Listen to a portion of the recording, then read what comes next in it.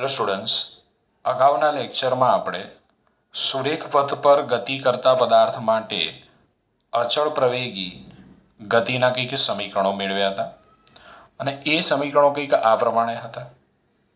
v બરાબર v0 plus et, x બરાબર v0t plus 1/2 at square અને v square minus v0 square is equal two 2ax, જેમાં v એ પદાર્થનો અંતિમ વેગ, v0 એ પ્રારંભિક વેગ, a એ પ્રવેગ, t એ સમય અને x એ અંતિમ સ્થાન થયું. હવે આના પરથી આપણે મુક્ત પતન કરતા પદાર્થ માટે અચળ પ્રવેગી ગતિના સમીકરણ મેળવ્યા. તો મુક્ત પતન કરતા પદાર્થ માટે મેં તમને કેટલીક વસ્તુઓ યાદ રાખવાની કીધી હતી. ધારો કે m દળના પદાર્થને પૃથ્વીની સપાટીથી h ઊંચાઈ આવેલા કોઈ એક સ્થળ પરથી મુક્ત પતન કરાવવામાં આવે છે. તો પદાર્થનો પ્રારંભિક વેગ મેં તમને કીધું કે પ્રારંભમાં બધા સ્થિર સ્થિતિમાં છે. પ્રારંભિક વેગ v0 બરાબર 0, અંતિમ વેગ v બરાબર v, પ્રવેગ a બરાબર પ્લસ g અને x બરાબર તમે h લઈ લો. તો આપણને આવા સમીકરણ મળતા હતા. યાદ રાખવાના છે દરેક વિદ્યાર્થીએ. v બરાબર gt, g અચળ, પ્રવેગ અચળ હોય, મુક્ત પતન કરતા પદાર્થનો પ્રવેગ અચળ હોય અને એની વેલ્યુ કેટલી છે 9.8, g બરાબર 9.8 મીટર પર સેકન્ડ સ્ક્વેર. કેટલીક વાર g બરાબર 10 મીટર પર સેકન્ડ સ્ક્વેર પણ લેવામાં આવે છે. જો તમને આપેલા હોય 10 મીટર પર સેકન્ડ સ્ક્વેર તો તમે લઈ શકો છો, ના આપેલા હોય તો મોટા ભાગના કેસીસમાં 9.8 મીટર પર સેકન્ડ સ્ક્વેર લેવામાં આવે છે. પરંતુ કેટલીક વાર 10 મીટર પર સેકન્ડ સ્ક્વેર લઈને પણ તમે જવાબ લાવી શકો છો. તો આ સમીકરણ પરથી કહી શકાય કે પદાર્થનો વેગ એ સમયના સમપ્રમાણમાં છે. v ચલે છે t, એટલે જેમ જેમ સમય વધે છે એમ પદાર્થનો મુક્ત પતન કરતા પદાર્થનો વેગ શું થાય છે? વધે છે. તો v વિરુદ્ધ t નો આપણે ગ્રાફ દોરીએ. v વિરુદ્ધ t તો મેં તમને ગ્રાફ શીખવાડેલા છે. અહીંયા v ચલે છે t છે, તો v ચલે છે t છે. આથી આલેખ આપણને કેવો મળે? સુરેખ. મેં તમને કીધું છે બંને ઉપર એક એક ઘાત છે, બરોબર છે. v ચલે છે t તો ગ્રાફ કેવો મળશે? સુરેખ મળશે. હવે બીજું સમીકરણ આપણને આવું મળતું હતું, h is equal two half gt square. g/2 ને હું અચળ લઈ લઉં તો મને મળશે h ચલે છે t સ્ક્વેર. ઓકે, એકી બેકી ઘાત. તો આના માટે તમે ગ્રાફ ડ્રો કરો. એકી બેકી ઘાત તો મેં તમને શીખવાડેલો છે. ગ્રાફ કઈ રીતે મળે? તો h અને અહીંયા આપણે t. તો h ચલે છે t સ્ક્વેર છે, તો આપણને ગ્રાફ કઈ રીતે મળશે? તો મેં તમને કીધું કે એકી બેકી ઘાત હોય તો તમારે વક્ર કઈ બાજુ લેવાનું? જે બાજુ એકી ઘાત હોય. તો આપણને આ રીતનો ગ્રાફ મળશે, આમ. ઓકે, h વિરુદ્ધ t નો આલેખ. ત્રીજું સમીકરણ આપણને આવું મળતું હતું. ત્રીજું સમીકરણ મળતું હતું આપણને v સ્ક્વેર બરાબર 2gh, અને આના પરથી આપણે કહી શકીએ કે v સ્ક્વેર ચલે છે h. આ સમીકરણ આ રીતે પણ લખી શકાય, v બરાબર √2gh. તો આપણે કહી શકીએ કે v ચલે છે √h થશે. હવે આપણને ખબર કે મુક્ત પતન કરતા પદાર્થનો પ્રવેગ કેવો હોય? તો મુક્ત પતન કરતા પદાર્થનો પ્રવેગ સમય સાથે અચળ રહે છે. તો આપણે a વિરુદ્ધ t નો ગ્રાફ દોરીએ. તો આ પણ મેં તમને શીખવાડ્યું છે કે પ્રવેગ અચળ રહે છે તો પછી આલેખ સમય અક્ષને કેવો મળશે? સમાંતર. આ આપણને દર્શાવે છે a ઇઝ ઇક્વલ ટુ અચળ. ચલો આ ગ્રાફને જરા હું તમને સમજાવું. પહેલું સમીકરણ આપણને મળ્યું v બરાબર gt. v બરાબર gt. હું g બરાબર લઈ લઉં 10 મીટર પર સેકન્ડ સ્ક્વેર. તો v બરાબર થશે 10t. હવે તમે જાતે પણ ગ્રાફ દોરી શકો છો. કઈ રીતે? તો t લઈ લઈએ સેકન્ડમાં, વેગ લઈ લઈએ આપણે મીટર પર સેકન્ડમાં. તો t બરાબર 0 સેકન્ડ. હું આની અંદર 0 મૂકું તો 10 × 0 0 મળશે આપણને. ટી બરાબર 1 સેકન્ડ, વેગ 10 મલ્ટીપ્લાય બાય 1, વેગ મળશે 10. ઓકે, 2 લઈ લઈએ તો 10 મલ્ટીપ્લાય બાય 2 આપણને મળશે 20. ટી 3 સેકન્ડ લઈ લઈએ, 10 મલ્ટીપ્લાય બાય 3 આપણને મળશે 30 મીટર પર સેકન્ડ. હવે તમે ગ્રાફ દોરો. મેં તમને ગ્રાફ દોરતા શીખવાડેલું છે કે તમે સમીકરણ હોય તો તમે આ રીતે બરાબર છે વેલ્યુ પસંદ કરીને બિંદુઓના આધારે બિંદુઓને જોડીને ગ્રાફ તમે દોરી શકો છો. અહીંયા આપણે વી લઈ લઈએ મીટર પર સેકન્ડની અંદર, અહીંયા આપણે ટી લઈ લઈએ સેકન્ડની અંદર. આ થઈ ગયું 0, 1, 2, 3, 1, 2, 3. અહીંયા આપણે લઈ લઈએ સ્કેલમાં 10, 20, 30. અહીંયા 10, અહીંયા 20, અહીંયા 30. ઓકે, તો 0 સેકન્ડ વેગ 0, પહેલી સેકન્ડ વેગ 10, એટલે અહીંયા બિંદુ મળશે આપણને આ રીતે. ઓકે, પછી બીજી સેકન્ડ વેગ કેટલો છે 20, તો અહીંયા ક્યાંક બિંદુ મળશે આપણને, યસ આ રીતે. અને ત્રીજી સેકન્ડ વેગ આ છે. તો ત્રણેય બિંદુઓને જોડી દઈએ તો વી વિરુદ્ધ ટીનો આલેખ આપણને આ રીતે સુરેખ મળશે. ઓકે, હવે આલેખ સુરેખ હોવાથી આપણે કહી શકીએ અહીંયા કે વી વિરુદ્ધ ટીનો આલેખ સુરેખ મળે છે તો પદાર્થ કેવી ગતિ કરે છે? તો પદાર્થ અચળ પ્રવેગી, અહીંયા અચળ પ્રવેગી ગતિ અથવા નિયમિત પ્રવેગી ગતિ કરે છે. આથી કોઈ પણ સમયગાળામાં મેળવેલ પ્રવેગનું મૂલ્ય કેવું હશે? સમાન. વી વિરુદ્ધ ટીના આલેખ પરથી આપણને શેની માહિતી મળે? પ્રવેગની માહિતી મળે. અને અહીંયા આલેખ સુરેખ હોવાથી કોઈ પણ સમયગાળામાં મેળવેલ પ્રવેગનું મૂલ્ય આપણને કેવું મળશે? સમાન. આ ઉપરાંત આપણને ખબર હોવી જોઈએ કે વી વિરુદ્ધ ટીના આલેખ નીચે ઘેરાતા પ્રદેશના ક્ષેત્રફળથી આપણે શું શોધી શકીએ? અંતર કે સ્થાનાંતર. ઓકે, તો પહેલો ગ્રાફ ખ્યાલ આવી ગયો. હવે જો બીજો ગ્રાફ ડ્રો કરીએ.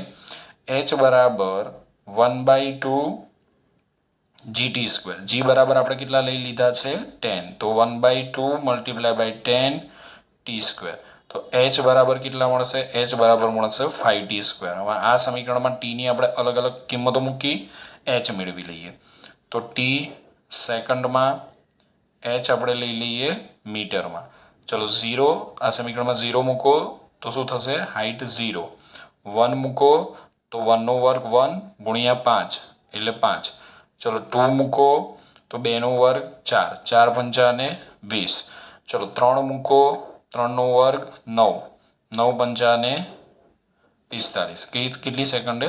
3 સેકન્ડે. ચલો ગ્રાફ ડ્રો કરીએ આપણે.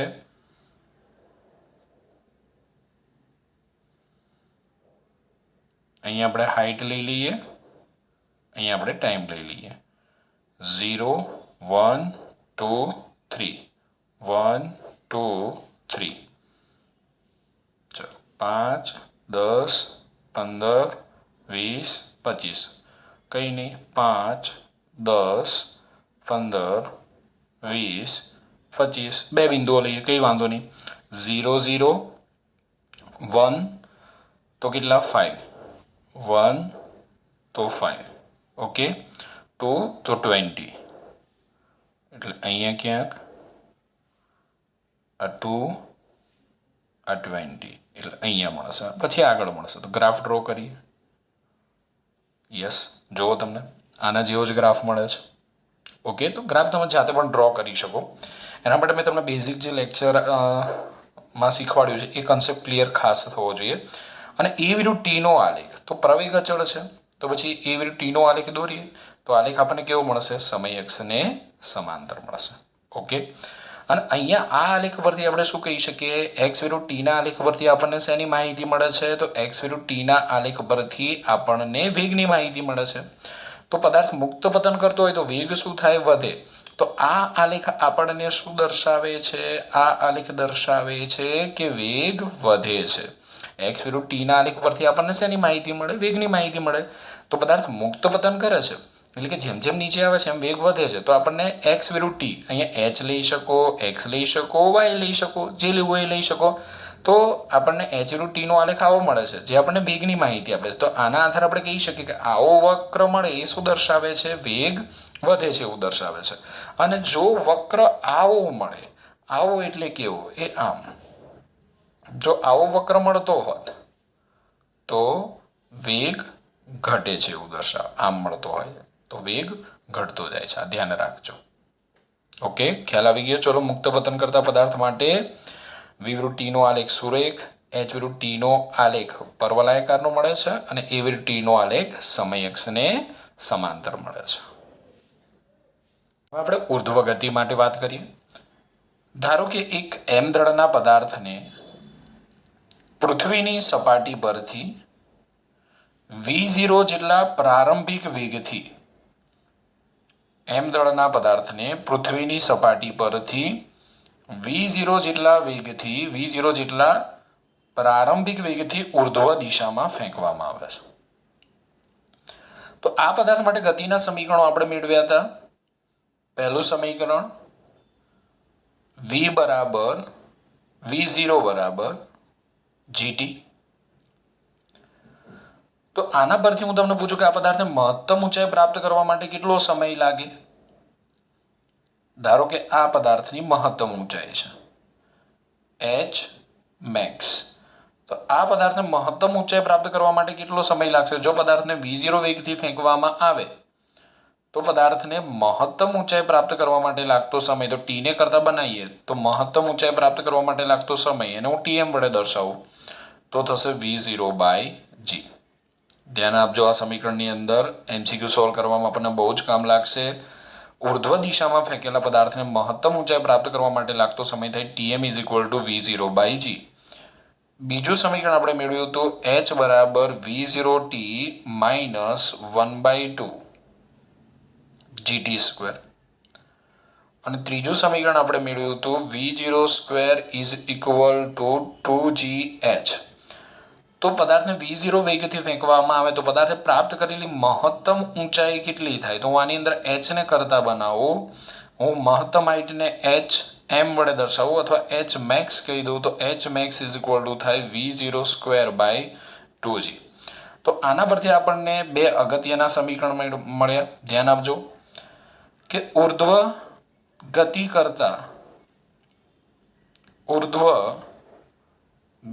કરતા પદાર્થને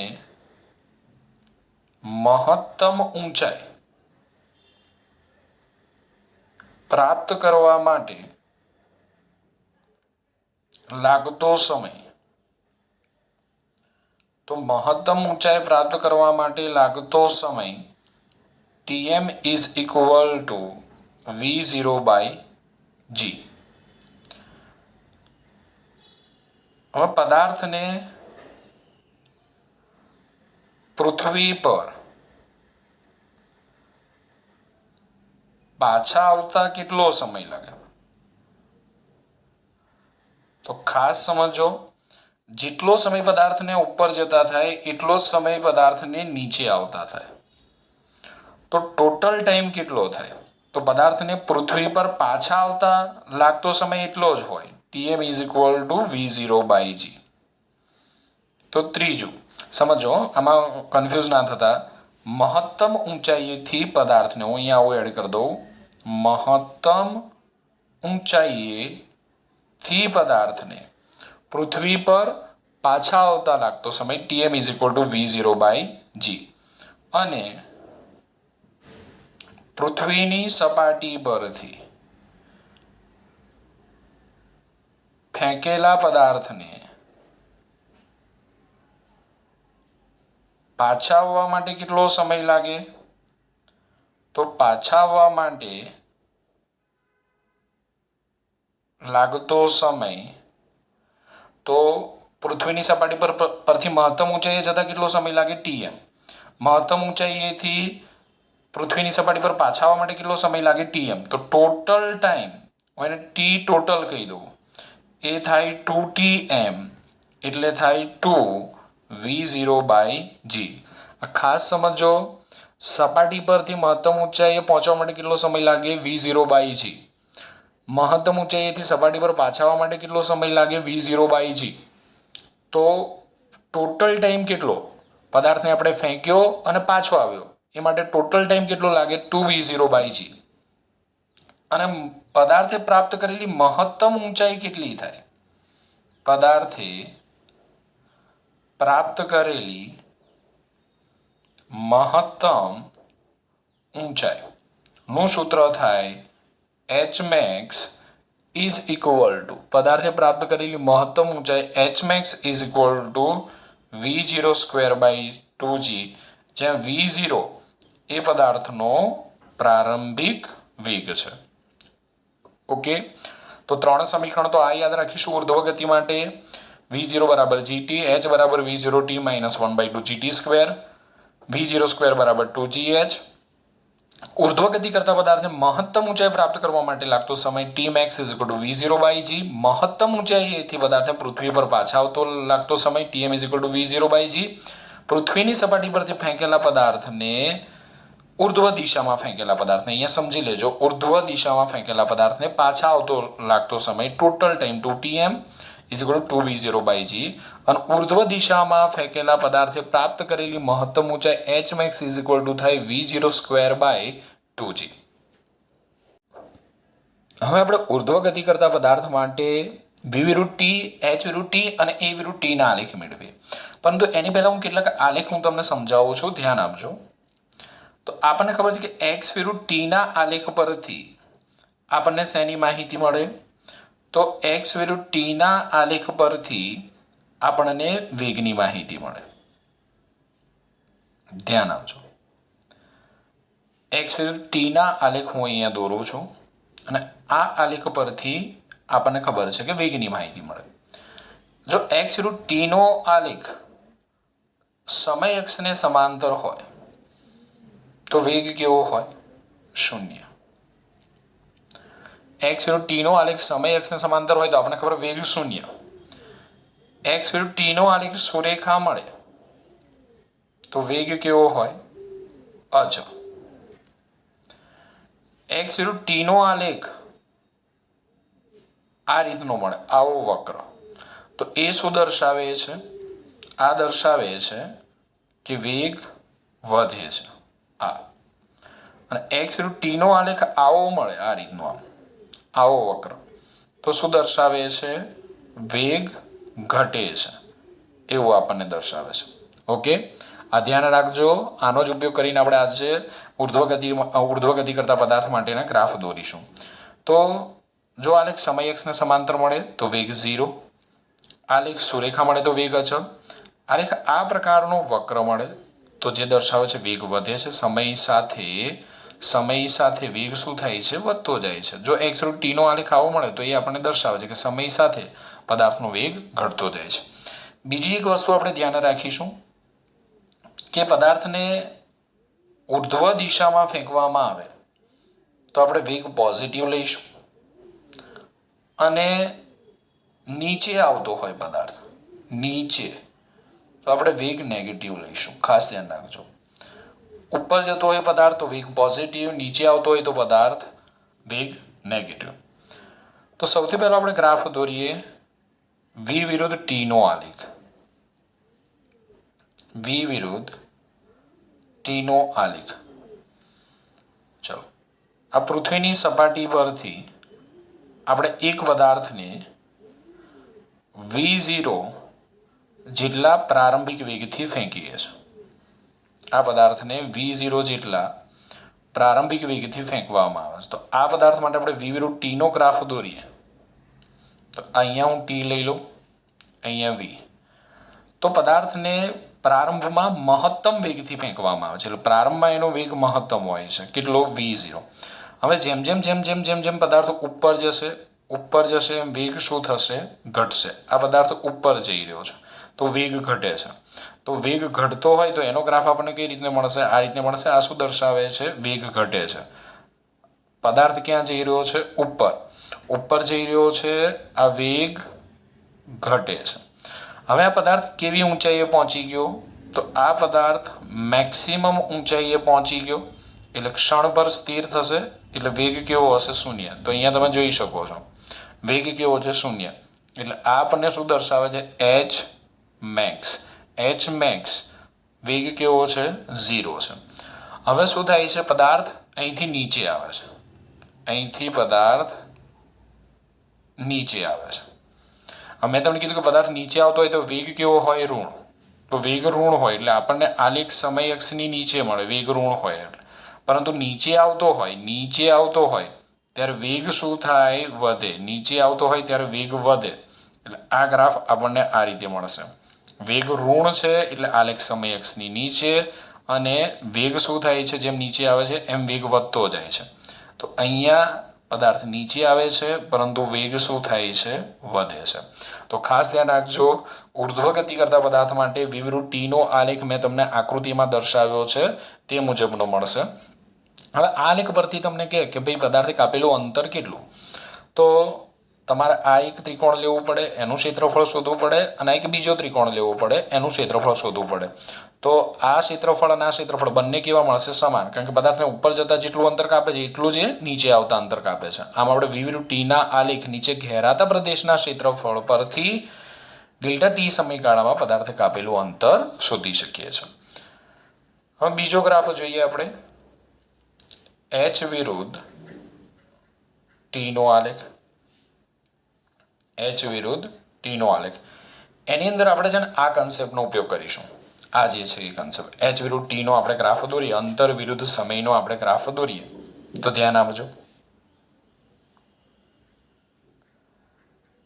ચલો, અહીંયા આપણે લઈ લઈએ ટાઈમ, અહીંયા આપણે લઈ લઈએ હાઈટ. ઓકે. હવે મેં કીધું કે જેમ જેમ પદાર્થ ઉપર જાય છે એમ વેગ શું થાય છે? ઘટે છે. તો વેગ ઘટે છે તો ગ્રાફ આવો મળશે. યસ, વેગ ઘટે છે એટલે ગ્રાફ આવો મળશે આપણને. વી ઘટે છે. અહીંયા મહત્તમ ઊંચાઈએ, બરોબર છે, વેગ કેવો થઈ ગયો? 0. એટલે અહીંયા વી કેવો થઈ ગયો? 0. હવે નીચે આવે છે તો વેગ વધે છે. તો ઉગમ બિંદુમાંથી શરૂઆત કરતા હોય તો ગ્રાફ આવો મળશે. અહીંથી આપણે ગ્રાફ દોરીશું તો એ ગ્રાફ આપણને આ રીતે મળશે. આમ. ઓકે. તો અહીંયા શું થાય છે? વેગ વધે છે. હવે કેટલો સમય લાગે પદાર્થને મહત્તમ ઊંચાઈ પ્રાપ્ત કરવા માટે? અહીંથી આપણને ટી મેક્સ મળે સમય અક્ષ પર. તો ટી મેક્સનું સૂત્ર કયું હતું? V0/G. જેટલા સમયમાં પદાર્થ મહત્તમ ઊંચાઈ પ્રાપ્ત કરે છે. કેટલી મહત્તમ ઊંચાઈ પ્રાપ્ત કરે છે? તો અહીંથી આપણને ખબર પડે. તો આ હાઈટ કેટલી હોય? તો આ હાઈટ હોય H max = V0²/2G. આ સૂત્રના આધારે, બરોબર છે, આ મેક્સિમમ હાઈટ મળી અને આ મેક્સિમમ ટાઈમ મળ્યો. તો તમને કોઈ ઉર્ધ્વગતિ કરતા પદાર્થ માટે તમને અંતર વિરુદ્ધ સમયનો આલેખ આપેલો હોય, તમને કીધું કે વેગ વિરુદ્ધ સમયનો આલેખ કેવો મળે, બરોબર. નીચે તમને 4 આલેખો આપેલા હોય, તમને આવો એક ગ્રાફ આપેલો હોય અને તમને કીધું કે આને અનુરૂપ વેગ વિરુદ્ધ સમયનો આલેખ દોરો, તો તમારે આ આલેખના આધારે સમજી જવાનું કે આ કેવા પદાર્થ માટે છે? ઉર્ધ્વગતિ માટે. તો પછી એના માટે વિવૃત ટીનો આલેખ આવો જ મળે. હવે પદાર્થ ઉર્ધ્વગતિ કરતો હોય કે અધોગતિ કરતો હોય, પદાર્થનો પ્રવેગ કેવો હોય? અચળ. તો આપણને એ વિરુદ્ધ ટીનો આલેખ કેવો મળશે? તો એ વિરુદ્ધ ટીનો આલેખ સમય અક્ષને સમાંતર મળશે આ રીતે, જે આપણને દર્શાવે છે કે પ્રવેગ કેવો છે? અચળ છે. એ અચળ. ઓકે, પ્રવેગ અચળ છે. તો આમ આપણે આજના લેક્ચરમાં મુક્ત પતન કરતા પદાર્થ માટે વિવૃત ટી, એચ વિરુદ્ધ ટી અને એ વિરુદ્ધ ટીના આલેખ જોયા, તેમજ ઉર્ધ્વગતિ કરતા પદાર્થ માટે વી વિરુદ્ધ ટી, એચ વિરુદ્ધ ટી અને એ વિરુદ્ધ ટીના આલેખો જોયા.